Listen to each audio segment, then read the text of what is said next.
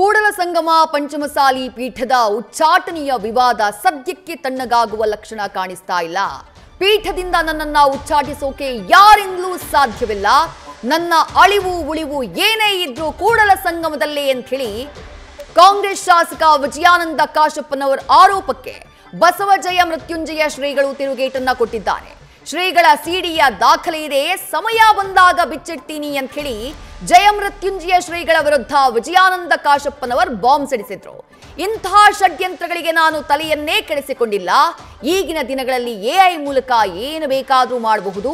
ವೈಯಕ್ತಿಕವಾಗಿ ಯಾವುದೇ ಅಕ್ರಮ ಆಸ್ತಿಯನ್ನ ನಾನು ಮಾಡಿಲ್ಲ ಅಂತ ಹೇಳಿ ನ್ಯೂಸ್ ಫಸ್ಟ್ಗೆ ಕೂಡಲ ಸಂಗಮ ಪಂಚಮಸಾಲಿ ಪೀಠದಿಂದ ಉಚ್ಚಾಟಿತರಾಗಿರುವಂತಹ ಸ್ವಾಮೀಜಿ ಬಸವಜಯ ಮೃತ್ಯುಂಜಯ ಶ್ರೀಗಳು ಹೇಳಿಕೆಯನ್ನ ಕೊಟ್ಟಿದ್ದಾರೆ. ವಿಜಯಾನಂದ ಕಾಶಪ್ಪನವರ್ ನೇರ ಆರೋಪವನ್ನ ಮಾಡಿದ್ರು. ಆಸ್ತಿಯ ಬಗ್ಗೆ, ಮನೆಗಳ ಬಗ್ಗೆ, ಸಿಡಿ ಬಗ್ಗೆ ಅವರು ಮಾಡಿದಂಥ ಆರೋಪ ಏನು, ಅದಕ್ಕೆ ಇವತ್ತು ನ್ಯೂಸ್ ಫಸ್ಟ್ ಮೂಲಕ ಬಸವಜಯ ಮೃತ್ಯುಂಜಯ ಶ್ರೀಗಳು ಕೊಟ್ಟಂತ ಸ್ಪಷ್ಟನೆ ಏನು ನೋಡೋಣ ಬನ್ನಿ.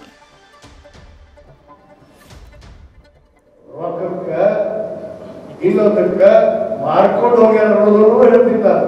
ಇವರು ಸ್ವಯಂ ಘೋಷಿತ ಆಸ್ತಿಯನ್ನು ಮಾಡ್ಯಾರ. ನಮ್ಮ ಹತ್ರ ಎಲ್ಲ ದಾಖಲೆ ಇದಾವೆ. ಸ್ವಯಂ ಘೋಷಿತ ಟ್ರಸ್ಟ್ ಮಾಡ್ಯಾರ.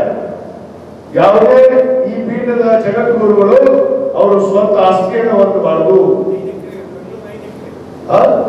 ಅದು ಮಾಡಲು ತರ್ತೀನಿ. ಅದು ಒಂದು ಸಂದರ್ಭ ಬಂದಾಗ ನೀವು ಮುಂದೆ ಎಳೆಯಾಗಿ ಮೆಚ್ಚಿರ್ತೀವಿ. ಎಲ್ಲೆಲ್ಲಿ ಆಸ್ತಿ ಮಾಡ್ಯಾರ, ಎಲ್ಲೆಲ್ಲಿ ಮಣಿ ಮಾಡ್ಯಾರ, ಎಲ್ಲೆಲ್ಲಿ ಯಾರ ಜೊತೆಗದ, ಎಲ್ಲೆಲ್ಲಿ ಸಿಡಿ ಹೋಗ್ಯಾವ, ಏನು ಹೋಗ್ಯಾವ.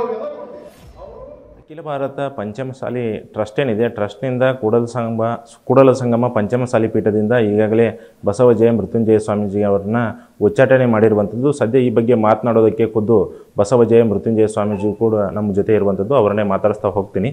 ಸ್ವಾಮೀಜಿಗೆ ತಮ್ಮನ್ನು ಪೀಠದಿಂದ ಉಚ್ಚಾಟನೆ ಮಾಡಿರುವಂಥದ್ದು ಟ್ರಸ್ಟ್ನ ನಿರ್ಣಯ, ಆ ಬಗ್ಗೆ ತಾವೇನು ಹೇಳ್ತೀರಿ ಸ್ವಾಮೀಜಿ? ಮಾಧ್ಯಮದವರಿಗೆ ನಾನು ಒಂದು ಕ್ಲಿಯರ್ ಮಾಡ್ತೀನಿ. ಟ್ರಸ್ಟ್ನ ಆಡಳಿತ ಮಂಡಳಿಯಿಂದ ಅವರು ನಿನ್ನೆ ನಮ್ಮ ಮೇಲೆ ಒಂದು ರೀತಿ ಅಸಮಾಧಾನ ವ್ಯಕ್ತಪಡಿಸಿರೋದು. ಪೀಠದಿಂದ ಅಲ್ಲ, ಪೀಠ ಟ್ರಸ್ಟ್ಗಿಂತ ಭಾಳ ದೊಡ್ಡದು ಸಮಾಜಕ್ಕಿಂತ ಭಾಳ ದೊಡ್ಡದು ಪೀಠ. ಹಾಗಾಗಿ ಪೀಠದಿಂದ ಯಾರಿಂದಲೂ ಉಚ್ಚಾಟನೆ ಮಾಡಲಿಕ್ಕೆ ಯಾರ ಕೈಯಲ್ಲಿ ಸಾಧ್ಯ ಇಲ್ಲ. ಅದು ತೀರ್ಮಾನ ಭಕ್ತರು ಮಾಡ್ತಾರೆ. ಸೃಷ್ಟಿಕರ್ತ ಪರಮಾತ್ಮ ನನ್ನನ್ನು ಸೃಷ್ಟಿ ಮಾಡಿದ್ದಾನೆ. ನನ್ನನ್ನು ತೆಗೆಯುವಂತಹ ಅಧಿಕಾರ ಆ ಪರಮಾತ್ಮನ ಸ್ವರೂಪಿಯಾಗಿರ್ತಕ್ಕಂಥ ವಿಶ್ವಗುರು ಬಸವಣ್ಣವ್ರಿಗೈತಿ. ಅದರ ಸ್ವರೂಪಿಯಾಗಿರ್ತಕ್ಕಂಥ ತಾಯಿ ಚೆನ್ನಮ್ಮನಿಗೈತಿ. ಅವರ ಸಾಕಾರ ರೂಪವಾಗಿರ್ತಕ್ಕಂಥ ಭಕ್ತರಿಗೈತಿ. ಹಾಗಾಗಿ ಟ್ರಸ್ಟ್ನವರು ಅವರು ವೈಯಕ್ತಿಕವಾಗಿ 3 ಜನ ಕೂತ್ಕೊಂಡು ಮಾಡಿದಂಥದ್ದು ಇಡೀ ಸಮಾಜದ ನಿರ್ಣಯ ಅಲ್ಲ. ಹಾಗಾಗಿ ಪೀಠಕ್ಕಿಂತ ಸಮಾಜ ಭಾಳ ದೊಡ್ಡದು. ಹಾಗಾಗಿ ನಮ್ಮ ಪೀಠಕ್ಕೂ ಅವ್ರ ಟ್ರಸ್ಟಿಗೂ ಯಾವುದೂ ಸಂಬಂಧವಿಲ್ಲ. ಪೀಠ ಯಾವತ್ತೂ ಶಾಶ್ವತವಾಗಿರ್ತಕ್ಕಂಥದ್ದು. ಅದನ್ನು ನಾನು ಕೂಡಲ ಸಂಗಮದಲ್ಲಿ ಇದ್ಕೊಂಡು ನಾಡಿನ ಕೋಟ್ಯಾಂತರ ಪಂಚಮಸಾಲಿಗಳ ಭಕ್ತರ ಹೃದಯದಲ್ಲಿ ಆ ಪೀಠವನ್ನು ಕಟ್ಟಿದ್ದೀನಿ.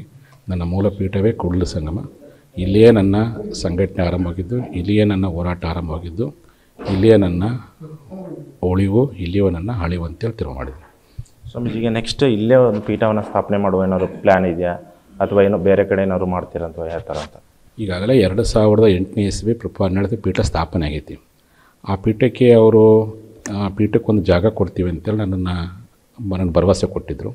ಹಾಗಾಗಿ ಅವ್ರು ಜಾಗ ಕೊಟ್ಟಿಲ್ಲ. ಹಾಗಾಗಿ ಅದನ್ನು ವೈಯಕ್ತಿಕ ಹೆಸರಲ್ಲಿ ಮಾಡಿಕೊಂಡ್ರು. ಅದಕ್ಕೋಸ್ಕರ ನನ್ನ ಪೀಠ 2012 ಸ್ಥಾಪನೆ ಆಗೈತಿ. ಆ ಪೀಠಕ್ಕೆ ಒಂದು ಕಟ್ಟಡವನ್ನು ಕಟ್ಟಲಿಕ್ಕೆ ಇಲ್ಲೇ ಸ್ಥಳದಲ್ಲಿ ಕೂಡಲ ಸಂಗಮದಲ್ಲಿ ಒಂದು ಪೀಠದ ಹೆಸರಲ್ಲಿ ಒಂದು ಜಾಗವನ್ನು ಹುಡುಕಿ ಅಲ್ಲೇ ಪೀಠವನ್ನು ಮುಂದುವರಿಸ್ತೀನಿ. ಸ್ವಾಮೀಜಿಗೆ ತಮ್ಮನ್ನು ಉಚ್ಚಾಟನೆ ಮಾಡೋ ಸಮಯದಲ್ಲಿ ಅವರು ಕೆಲವೊಂದಿಷ್ಟು ಆರೋಪಗಳನ್ನ ಮಾಡಿರುವಂಥದ್ದು, ಅಕ್ರಮವಾಗಿ ಆಸ್ತಿಯನ್ನು ಮಾಡಿರುವಂಥದ್ದು, ಮತ್ತು ಹಿಂದೂ ಪರವಾಗಿ ಜಾಸ್ತಿ ಸ್ವಾಮಿಗಳು ಒಲವನ್ನು ತೋರಿಸ್ತಾ ಇರುವಂಥದ್ದು, ಈ ಥರ ಆರೋಪಗಳನ್ನ ಮಾಡ್ತಾ ಇರುವಂಥದ್ದು. ನೋಡಿ, ಅವೆಲ್ಲ ಒಂದು ಸೈದ್ಧಾಂತಿಕವಾಗಿ ಭಿನ್ನಾಭಿಪ್ರಾಯ ಎಲ್ಲ ಸಮುದಾಯಗಳಲ್ಲಿದೆ. ಹಾಗಾಗಿ ನಮ್ಮ ಲಿಂಗಾಯತ ಪಂಚಮಸಾಲಿ ಸಮಾಜದ ಮೂಲ ಉದ್ದೇಶ ನಮ್ಮ ಸಮಾಜಕ್ಕೆ ಸಂಘಟನೆ ಮಾಡಿದ್ದೆ ಮೀಸಲಾತಿಗೋಸ್ಕರವಾಗಿ.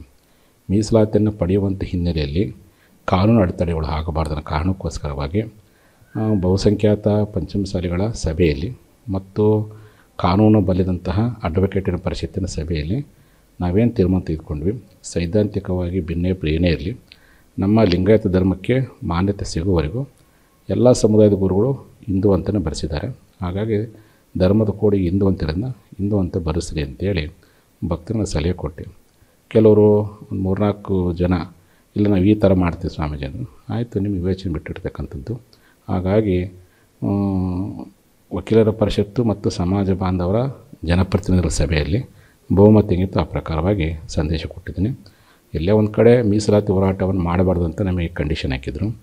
ನಾನು ಬೆಳಗಾವಿ ಜಿಲ್ಲೆ ರಾಯಬಾಗ್ ತಾಲೂಕು ಆರಗೆರೆಯಲ್ಲಿ ಮೀಸಲಾತಿ ಹೋರಾಟ ಶುರು ಮಾಡಿದಾಗ ಸಹಜವಾಗಿಯೇ ಜನಸ್ತೋಮ ಮತ್ತು ಅಲ್ಲಿ ಬಂದಂಥ ಹೋರಾಟಗಾರರ ಭಾಷಣವನ್ನು ನೋಡಿ ಅಸೂಯೆಗೊಂಡು ಈ ರೀತಿ ಮೇಲೆ ತಪ್ಪು ತಿಳ್ಕೊಂಡಿದ್ದಾರೆ.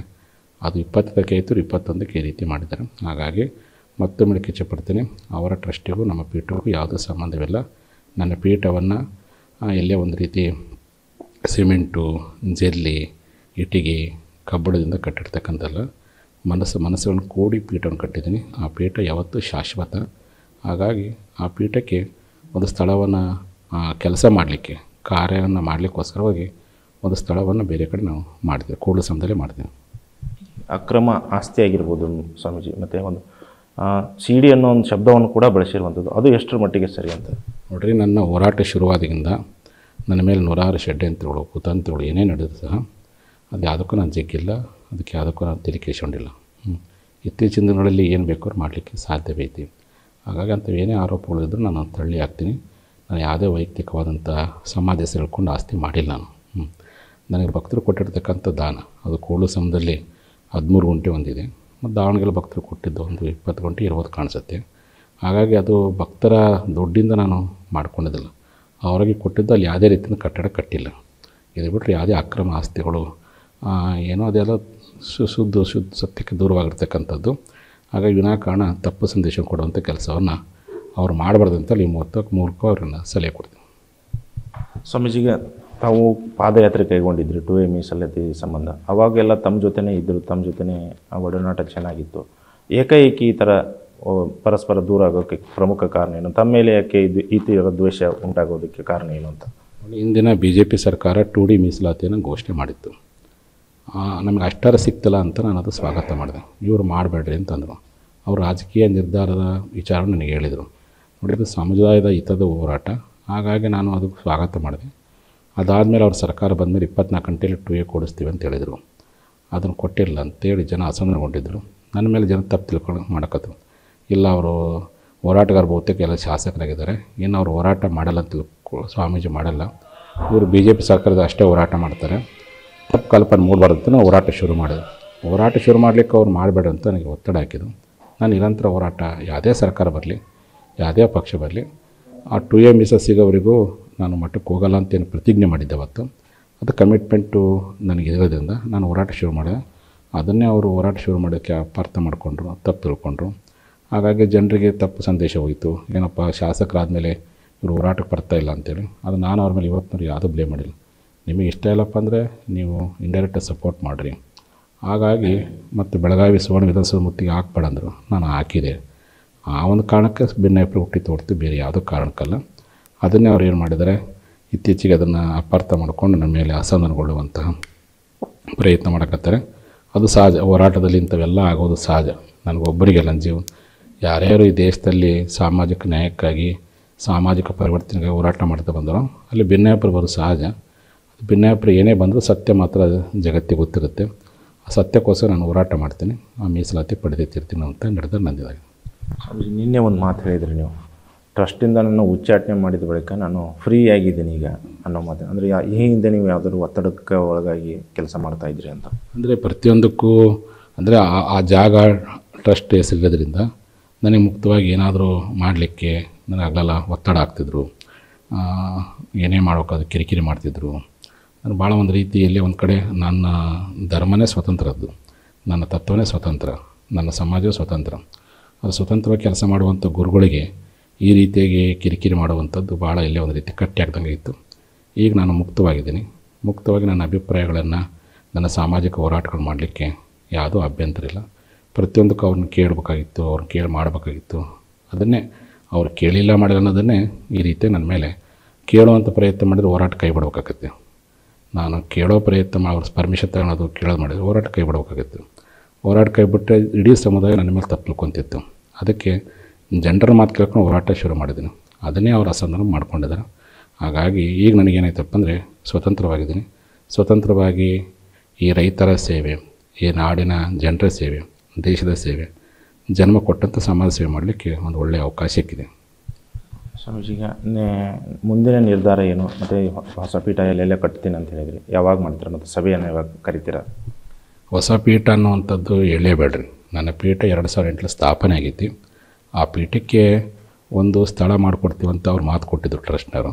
ಅದು ಇದುವರೆಗೆ ನನ್ನ ಹೆಸರಲ್ಲಿ ಮಾಡಲಿಲ್ಲ, ಅದು ಪೀಠದ ಹೆಸರಲ್ಲಿ ಮಾಡಲಿಲ್ಲ, ವೈಯಕ್ತಿಕ ಹೆಸರು ಮಾಡ್ಕೊಂಡಿದ್ದಕ್ಕೆ. ಈಗ ಯಾರು ನಮ್ಮ ಹೆಸರಲ್ಲಿ ಭೂಮಿ ಮಾಡ್ತಾರೋ ಆ ಭೂಮಿಯಲ್ಲಿನೇ ನಾನು ಪೀಠದ ಚಟುವಟಿಕೆ ಮಾಡಲಿಕ್ಕೆ ಒಂದು ಕಾರ್ಯಾಲಯ ಮಾಡ್ತೀನಿ.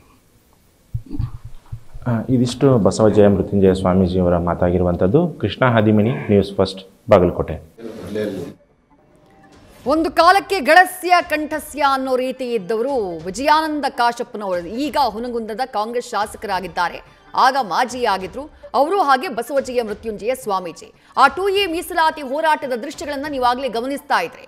ಎಲ್ಲರೂ ಕೂಡ ಇದ್ದಾರೆ. ಎಲ್ಲ ಕಾಂಗ್ರೆಸ್ ನಾಯಕರ ಜೊತೆಗೂ 2A ಮೀಸಲಾತಿ ಹೋರಾಟದ ಸಂದರ್ಭದಲ್ಲಿ ವೇದಿಕೆಯಲ್ಲಿ ಕಾಣಿಸಿಕೊಂಡಿದ್ರು ಬಸವಜಯ ಮೃತ್ಯುಂಜಯ ಶ್ರೀಗಳು. ಆಗ ಹೋರಾಟ ನಡೆದಿದ್ದು ಯಾರ ವಿರುದ್ಧ? ಆಗ ಹೋರಾಟ ಆಗಿತ್ತು ಬಿಜೆಪಿ ಸರ್ಕಾರದ ವಿರುದ್ಧ. ಬಿಜೆಪಿ ಸರ್ಕಾರ 2A ಮೀಸಲಾತಿಯನ್ನ ಪಂಚಮಸಾಲಿಗಳಿಗೆ ನೀಡಬೇಕು ಅನ್ನುವಂತಹ ಕಾರಣಕ್ಕಾಗಿ ಹೋರಾಟ ನಡೀತಾ ಇತ್ತು. ಆದ್ರೆ ಈಗ ಕಾಂಗ್ರೆಸ್ ಸರ್ಕಾರ ಆಡಳಿತದಲ್ಲಿದೆ.